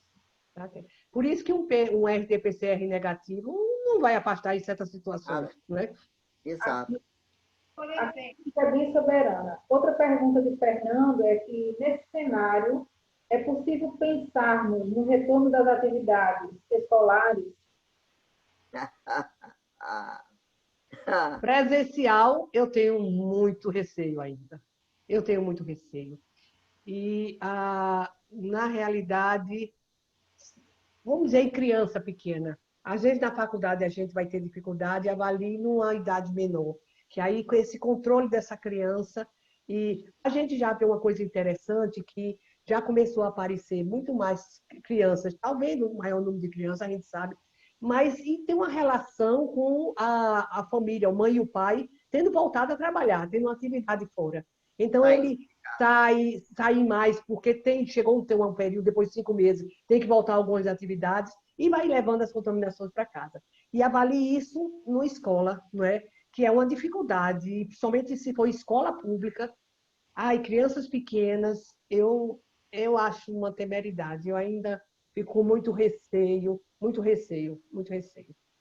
A proteção ainda é a vacina que nós estamos aguardando, né? Exato, a proteção é a vacina. A vacina vai ser nossa a gente redenção, só vai né? ter qualidade. Qualquer das vacinas que apareçam, Flávia, na realidade, quando elas forem liberadas, quando passarem os testes, quando a gente tiver uma segurança de imunidade, qualquer uma que for a primeira e que dentro dos padrões de segurança, de soro conversão razoável, seria válido sim. Porque uma vacina que aparecer, se ela diminuir quadros de gravidade, já é uma vantagem muito grande. Se ela de não proteger 100% de não ter infecção pelo vírus, mas se ela diminuir as formas graves, então isso já é uma vantagem muito grande. Vitória. E também algumas pessoas com imunidade e essa circulação do vírus vai diminuir. Então, se a vacina qualquer vacina que aparecer e tiver uma proposta boa de segurança, mesmo menor efeito colateral, que imunize, o ideal é que uma que imunize com o menor número, com a dose só, tem algumas aí com a pretensão de 2 doses, que já é uma complicação, e a gente vai ser muito bom. Então, o ideal era a gente começar uma atividade totalmente normal depois da vacina. Mas essa vacina vai chegar esse ano, algumas fazem uma proposta para o fim do ano, mas a gente sabe que tem muita dificuldade ainda, muitas já em fase 3, mas ainda está precisando muito. Vamos pensar para o ano. Na realidade, uma vacina dessas que estão mais avançadas, né, para o ano. Então, a vacina é uma incógnita e qualquer que seja que mostre uma segurança de aplicação e que tenha um nível de soroconversão aceitável, bom, que produz anticorpos neutralizantes, protetores, vai ser muito bom para a gente, seja qual for delas. Qualquer. A gente tem. Diga. Aqui nós temos a observação de Patrícia Monteiro, que é intensivista, trabalha no Correio de Câncer, e ela refere uma melhora significativa dos pacientes graves após o uso da imunoglobulina. Seria importante nós conseguirmos agilizar esse processo de imunoglobulina no estado de Pernambuco, né? Concordo perfeitamente. Tem todos os hospitais estão assim. Hoje teve uma reunião em relação a isso, e um dos pontos era isso, fazer com que o acesso da imunoglobulina nos serviços públicos se conseguisse. Então, vai ter uma reunião com Mas essa que da imunoglobulina, quando a gente vai para a nossa reunião em São Paulo, veja, São Paulo já se reclama muito esse problema de imunoglobulina lá. Então, eu acho que é uma coisa a nível nacional, entendeu? Claro que a gente, água mole e pedra dura, a gente vai e ter que ganhar as coisas, sabe? Mas é muito... Agora mas tem tenta uma... sim, viu? Olha, Um valor, porque um litro de imunoglobulina com 5 gramas, a dose é 2 gramas por quilo. exato. R$ 1.700, então se triplicou o valor, Maria. E esse teve, antigamente, parece que não chegava, parece que era 600, chegava a 1.000, agora está 1.800, 1.700, 1.800, né? O 5. Então, aumentou muitas vezes mais, né? Mas a gente, certamente, o governo do estado vai se sensibilizar, o secretário de saúde, que é uma pessoa que se sensibiliza para isso, para tentar ver se a gente consegue com mais facilidade, né? Aqui, Carminha está dizendo que prazer o Vila, Carminha. Ela está concordando com a Carminha Duarte, que estou falando.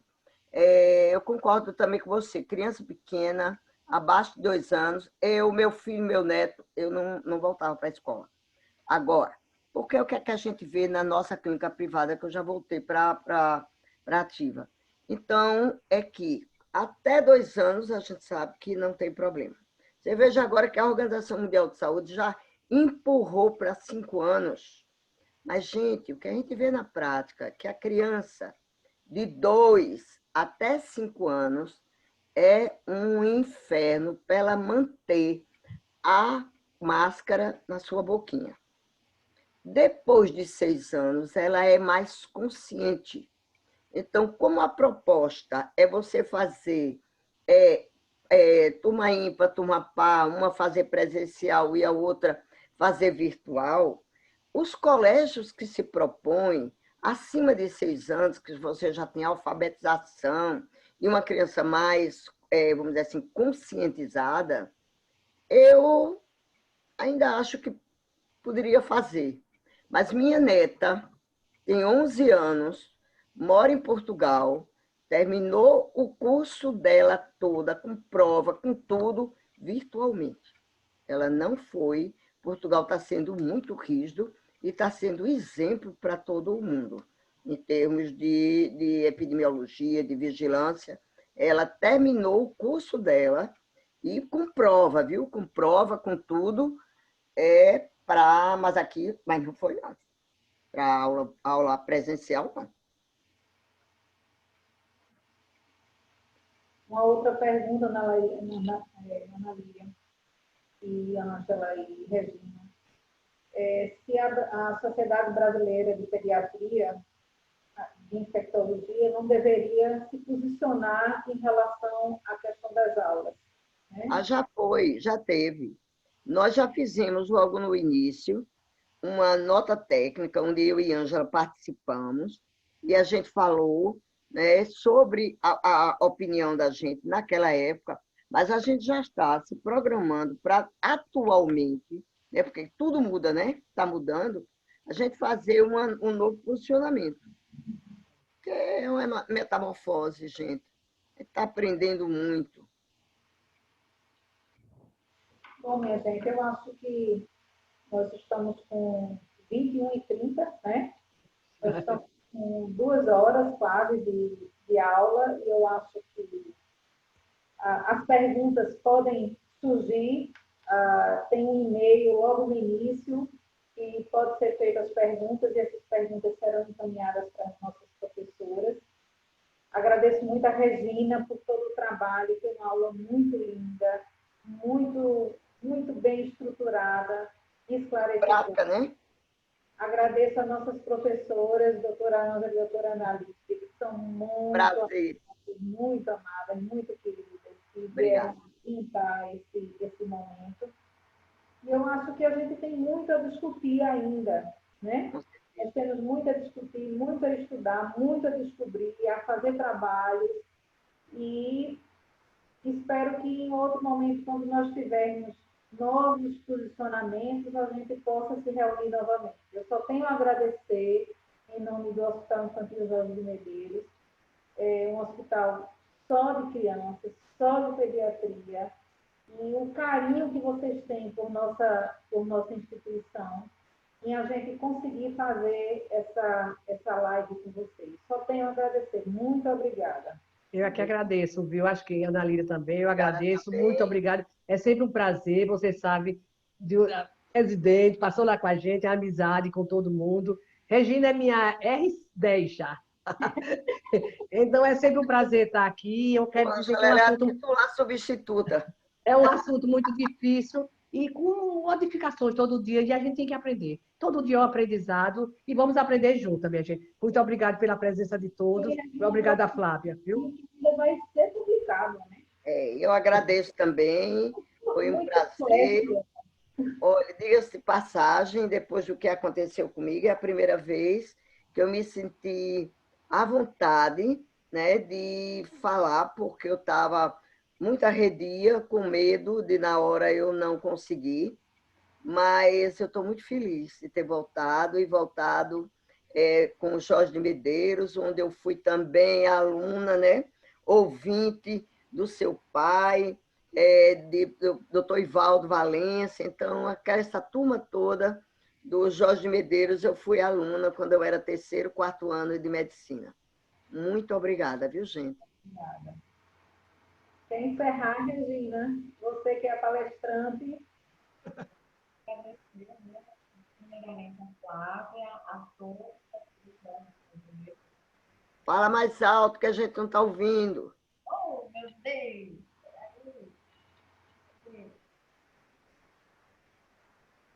Quero agradecer, né, a todos, quero agradecer em especial a Flávia, né, e a todos dos Olhos Medeiros, a Solange, a Andréa, pela oportunidade. Eu acho que encontros assim, reuniões assim, são muito produtivas, é uma troca de informação, troca de ideias, né? Então, eu acho que isso é super importante. Quero agradecer também a doutora Ana Lília, né? Adorei ela participar. E a doutora Ângela. Lembrando, doutora Ângela, que eu sou sua chefe agora.